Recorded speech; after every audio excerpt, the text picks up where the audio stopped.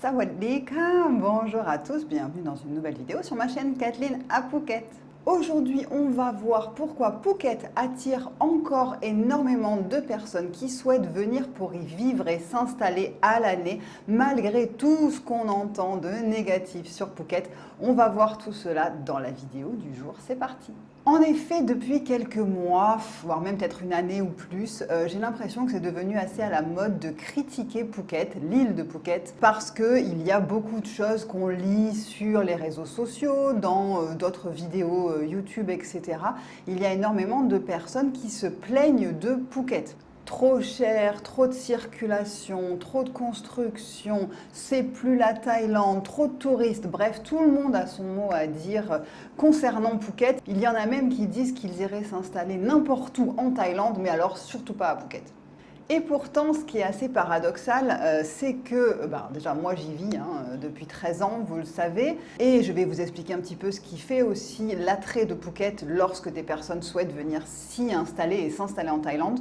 Vous le savez, je propose des consultations, conseils expatriation, donc on se parle en visio, on fait un rendez-vous d'une heure en ligne, et j'ai beaucoup de gens qui, malgré tout ce qu'ils entendent sur les réseaux, souhaitent quand même venir s'installer à Phuket. Et à chaque fois, c'est vrai que, ils souhaitent me parler, parce que moi j'y suis, donc ils souhaitent avoir quand même mon point de vue. Et même si dans mes vidéos, parfois je vous explique vraiment la vérité, ce qui s'y passe, les côtés négatifs également de Phuket, ça a quand même encore un fort attrait, et il y a encore beaucoup de personnes qui viennent s'installer pour y vivre.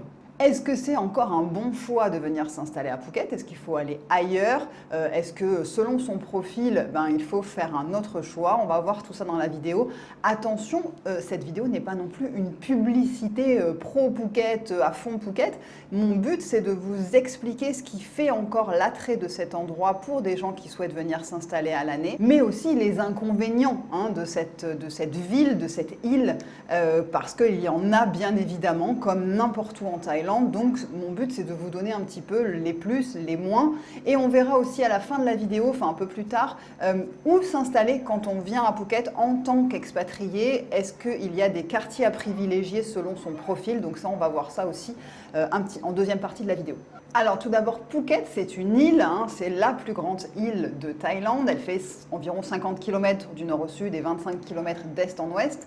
Mais c'est une île qui n'est pas isolée du reste du continent, puisqu'elle est reliée au continent thaïlandais par un pont. On pourrait même y aller à la nage tellement c'est près. Donc on a le sentiment d'être sur une île tropicale, puisque qui dit île dit plage tout autour, donc plage magnifique avec des paysages exceptionnels, mais on n'a pas le sentiment d'être coupé du monde. Il y a un aéroport international, et donc ça c'est quelque chose de très important qui va relier plein d'autres destinations, que ce soit proche en Asie, mais aussi plus loin. Vous avez carrément des Phuket Dubaï, vous avez plus proche des Phuket Kuala Lumpur, des Phuket Bali. Tiens, d'ailleurs, on part à Bali le mois prochain, donc on prend directement un Phuket Denpasar. Donc il y a ce côté aussi qui est très facile de relier d'autres endroits dans le monde depuis Phuket directement sans avoir à transiter par Bangkok. Et c'est aussi une île qui est assez grande, c'est-à-dire qu'on ne peut pas faire le tour. Alors si on pourrait faire le tour en une journée, mais si on veut vraiment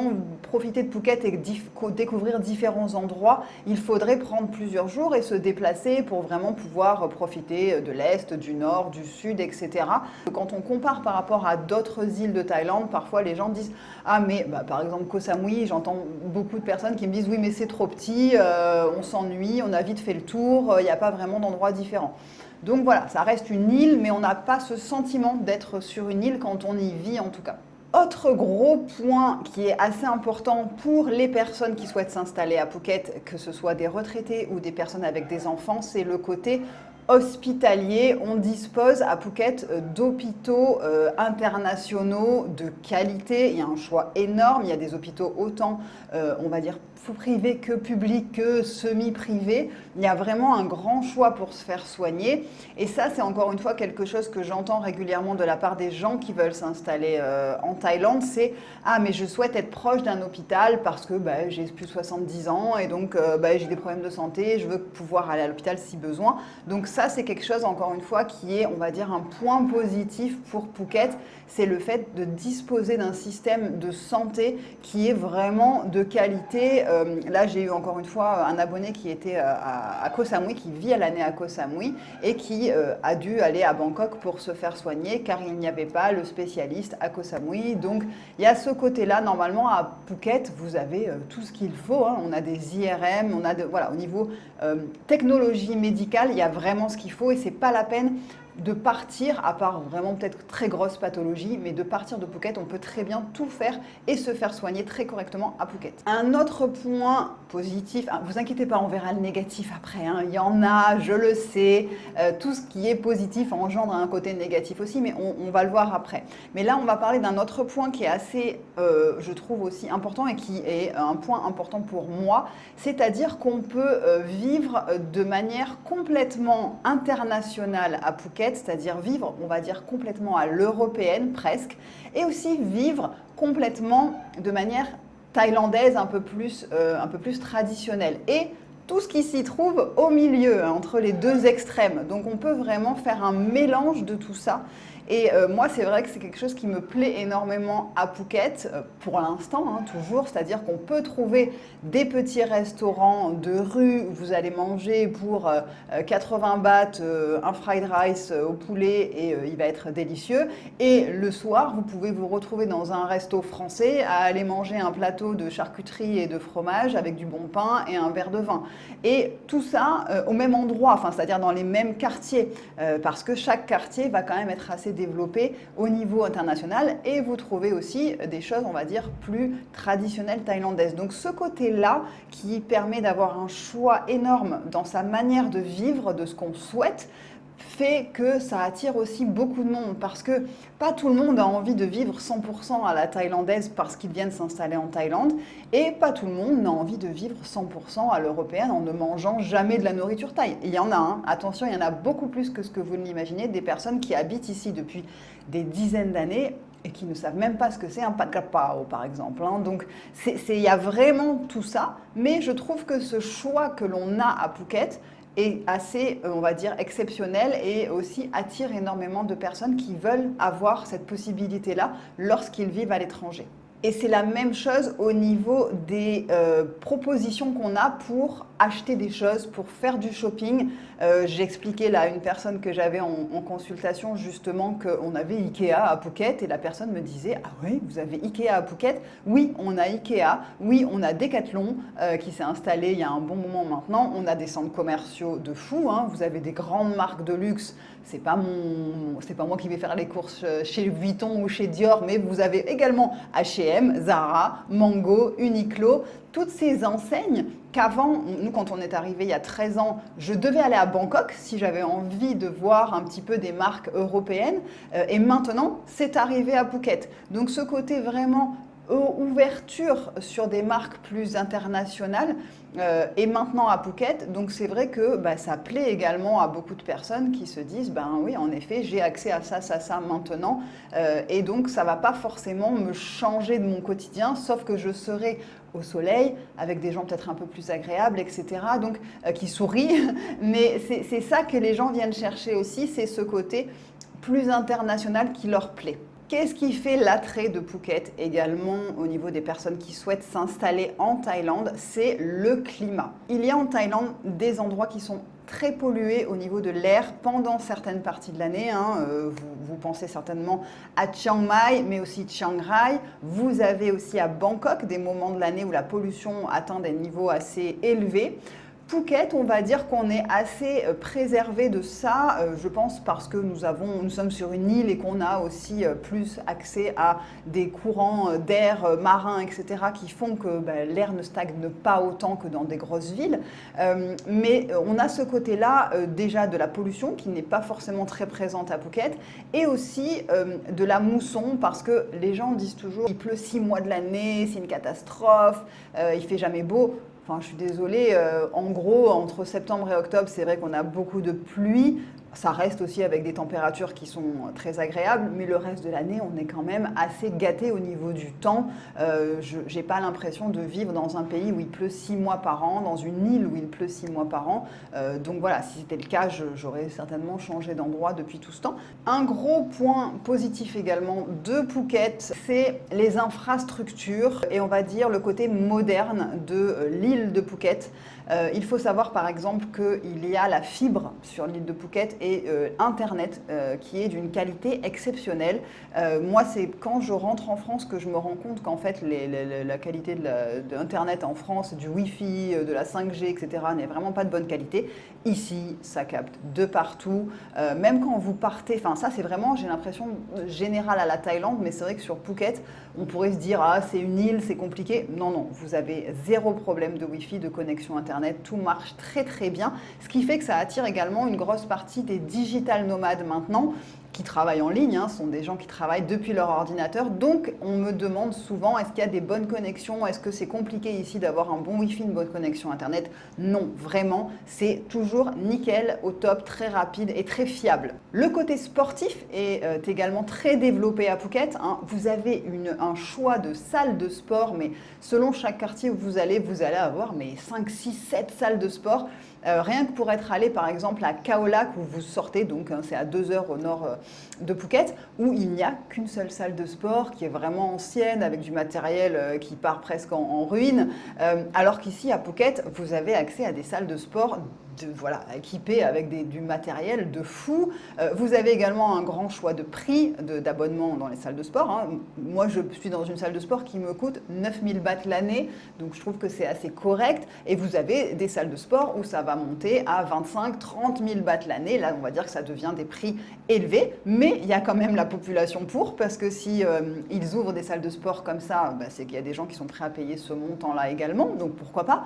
Mais vous avez ce côté sportif très très développé à Phuket. Vous avez énormément de salles de yoga, vous avez du pilates, vous avez des gens qui font beaucoup de sport sur la plage. Enfin, c'est vraiment ce côté-là. Le Muay Thai, tiens, j'ai oublié le Muay Thai aussi. On a beaucoup de gens qui font du Muay Thai, du MMA, du BJJ, là, c'est Brazilian Jiu-Jitsu, donc énormément de sportifs. Et donc, ça entraîne aussi une population assez jeune qui fait du bien, on va dire, à l'île parce que c'est dynamique, parce qu'ils sont là aussi pour dépenser leur argent, etc. Donc, ce côté-là, dynamique sportif aussi plaît beaucoup quand je vois que les personnes comparent par exemple à d'autres endroits où ça va être une population plus retraitée, plus âgée. J'ai en tête là ce qui me vient c'est Hua Hin parce que les gens se plaignent beaucoup que c'est trop âgé au niveau de la moyenne d'âge des expatriés. Là, c'est vrai qu'à Phuket, ce n'est plus le cas depuis le Covid, on va dire, même avant le Covid. Ça a beaucoup rajeuni et ça donne une ambiance qui est complètement différente, je trouve, et qui fait du bien. Une autre chose très importante, je parle là aux parents, c'est qu'il y a un grand choix d'écoles internationales sur toute l'île. Alors, au niveau francophone, en effet, on est assez limité, mais si vous avez envie de mettre vos enfants dans des écoles anglophones avec des programmes anglais ou alors moitié thaï, moitié anglais, etc., vous avez un choix de fou. Enfin, franchement, ça ne fait que se développer au niveau des écoles. Vous avez plusieurs choix, plusieurs catégories également de prix. C'est pas donné, ça c'est sûr, mais vous avez ça. Et donc ça, les parents me disent, en gros, on n'a pas trop le choix, quoi. Avec les enfants, c'est un peu Phuket ou nulle part ailleurs, mais les gens n'ont pas forcément envie d'aller à Bangkok et à Koh Samui, on va dire encore une fois. C'est ça que c'est ces endroits-là où les gens qui ont des enfants hésitent, en gros, parce que c'est assez limité au niveau des écoles où vous allez pouvoir mettre votre enfant et des écoles internationales, parce que oui, il y a des écoles thaïlandaises de partout, mais les expatriés, les gens qui viennent s'installer, ne vont pas mettre leurs enfants dans les écoles thaïlandaises. Et un autre point qui est aussi important, c'est la présence de grosses cliniques vétérinaires. Là, on parle des animaux, on a parlé des enfants, maintenant on parle des animaux, parce que beaucoup de gens viennent s'installer en Thaïlande avec leurs animaux de compagnie, ou alors finissent par en prendre une fois qu'ils sont installés.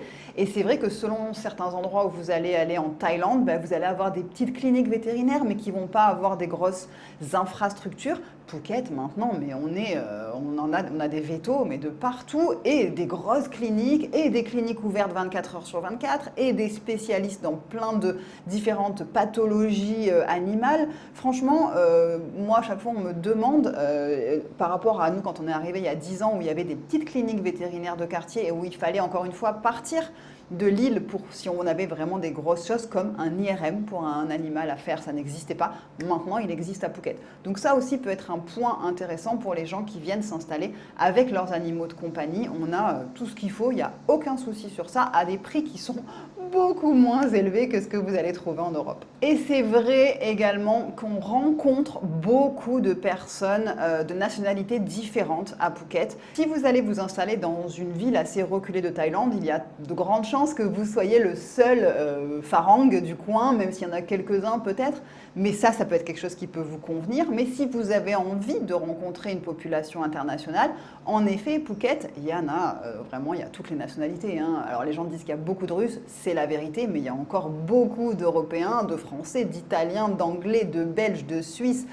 Vous avez vraiment un gros melting pot de toutes les nationalités. Et ça, c'est quelque chose qui plaît aussi parce que les gens qui aiment avoir une vie sociale avec d'autres, on va dire, nationalités, d'autres expatriés, vous allez le retrouver à Phuket. Donc c'est vrai que Phuket coche quand même beaucoup de cases pour beaucoup de profils différents, que ce soit pour les familles, pour les retraités, pour les jeunes digital nomades, pour les entrepreneurs, pour les passionnés de plongée par exemple, pour les jeunes couples. Il y a vraiment énormément de points positifs qui font que Phuket attire toujours quand même beaucoup de gens qui souhaitent s'installer en Thaïlande. Maintenant, comme dans n'importe quel endroit au monde, tout n'est pas toujours tout rose, ce n'est pas le pays des bisounours, vous le savez, je pense que je suis connue pour ça, c'est-à-dire je vous dis la vérité, je vous dis les choses, comment elles se passent réellement sur place, et il y a donc des côtés plus négatifs à la vie à Phuket, hein, ça c'est certain. On a une circulation de fou, hein. En haute saison, c'est presque invivable, on a énormément d'embouteillages. Là, en basse saison, ça va très bien. On met 1 heure, nous, de Hawaï pour aller à l'aéroport, par exemple, 1 h 15, alors qu'en haute saison, on peut mettre jusqu'à 2 heures. Donc, il y a cette circulation qui est quand même assez infernale à gérer pendant la haute saison. Ça va avec l'afflux de touristes qui est, on vit sur la côte d'Azur de Thaïlande, hein, donc moi je l'appelle le Saint-Tropez de Thaïlande, donc on a énormément de touristes qui viennent, donc il faut pouvoir s'adapter pendant la haute saison. Ça devient un peu compliqué, mais c'est comme si vous viviez à Saint-Tropez en plein mois d'août. C'est compliqué, mais on sait qu'après ils finissent par partir. Donc c'est aussi, à des moments où on est un peu énervé par les touristes, et puis là, on est content, on retrouve un petit peu notre île pour nous. Il y a les prix. Encore une fois, c'est Saint-Tropez, hein, donc c'est Saint-Tropez, les prix sont élevés.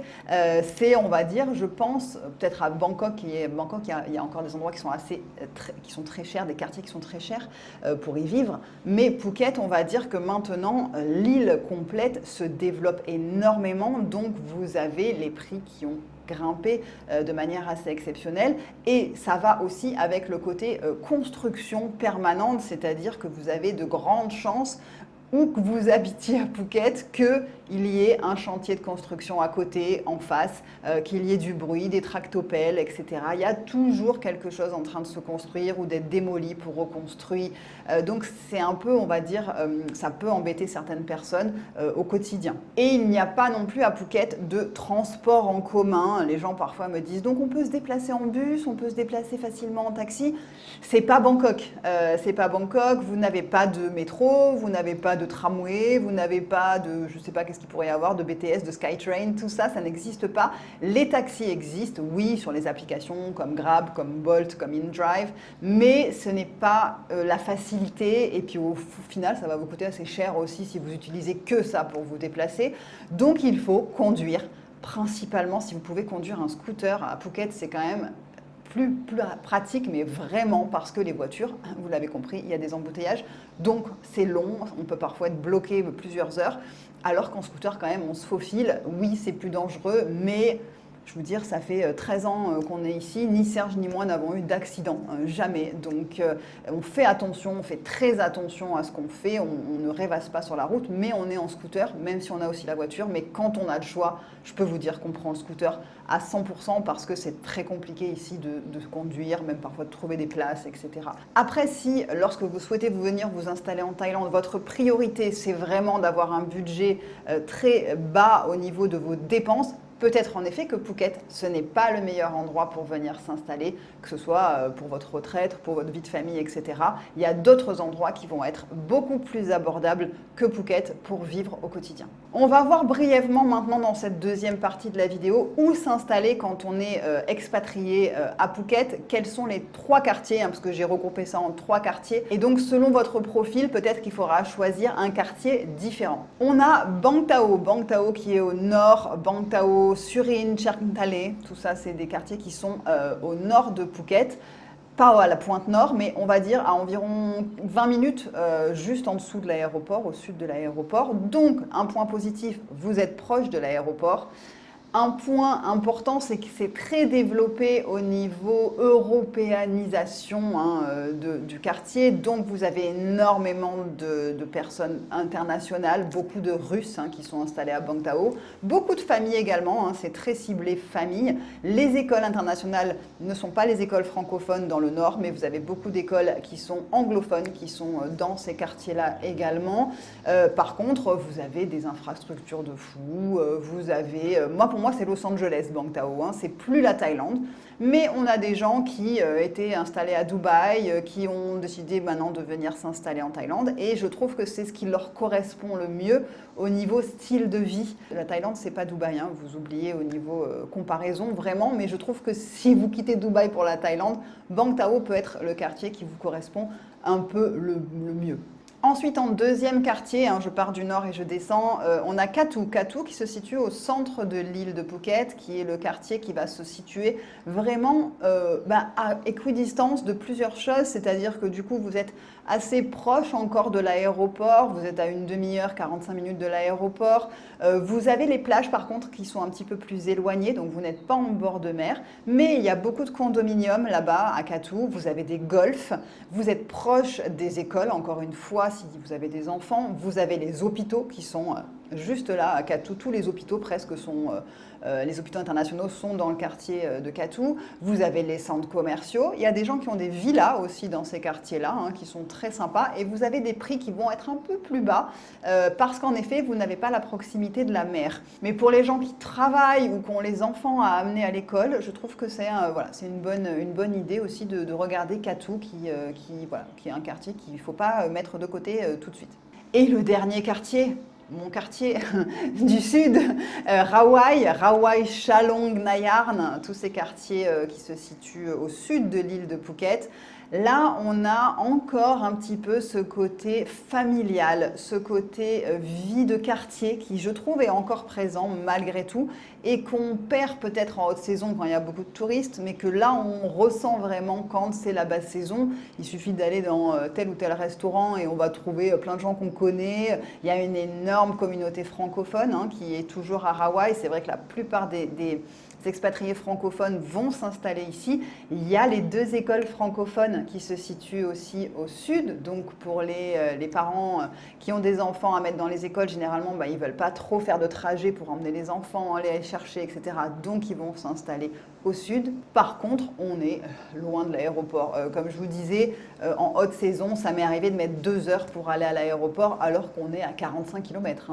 Voilà. Mais il y a une seule route qui fait du sud au nord, donc on est obligé de l'emprunter et il y a des embouteillages. Donc ce côté-là d'être loin de l'aéroport, c'est un peu compliqué aussi quand même. La circulation devient folle, il y a le rond-point de Chalong, si vous connaissez, ça peut mettre aussi des heures pour passer ce rond-point parce que ça fait tout sauf fluidifier la circulation en fait, ce rond-point, donc c'est une catastrophe. Et vous avez beaucoup d'appartements qui sont en construction, beaucoup de villas encore disponibles. Alors les prix ne sont pas forcément très bas, mais ça existe encore de trouver des petites maisons. Vous avez avez vu, j'en ai fait des vidéos et je connais quand même pas mal de monde qui a des petites maisons et des petits appartements à des prix encore abordables. Ce qui suffit, c'est de chercher vraiment une fois sur place. Mais vous voyez que c'est encore un quartier qui est encore attirant, on va dire, pour la plupart des expatriés et surtout la communauté francophone. On va conclure en disant qu'il n'y a pas un endroit au top pour s'expatrier en Thaïlande, il y a un endroit pour chaque personne. Et chaque endroit va correspondre à un type de personne, à un type de vie, à un budget de vie, à une manière de voir sa vie en Thaïlande.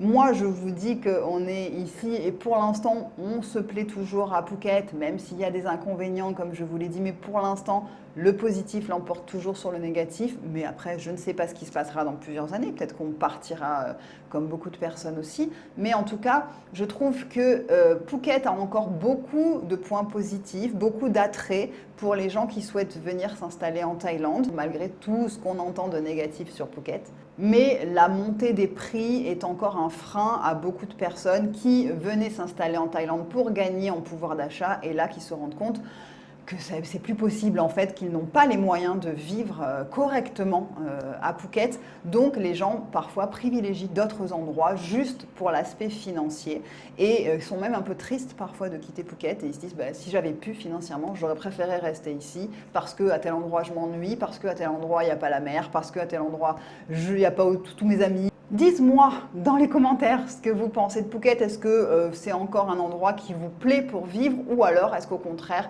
ça ne vous convient plus, que ce soit pour plusieurs raisons, que ce soit les embouteillages, le monde, la circulation, les prix, etc. et que vous avez décidé de quitter Phuket. Donc dites-moi ça dans les commentaires. Je vous remercie d'avoir regardé cette vidéo jusqu'au bout. Je vous souhaite une très très belle semaine et je vous retrouve samedi prochain 11 h pour une nouvelle vidéo. Portez-vous bien.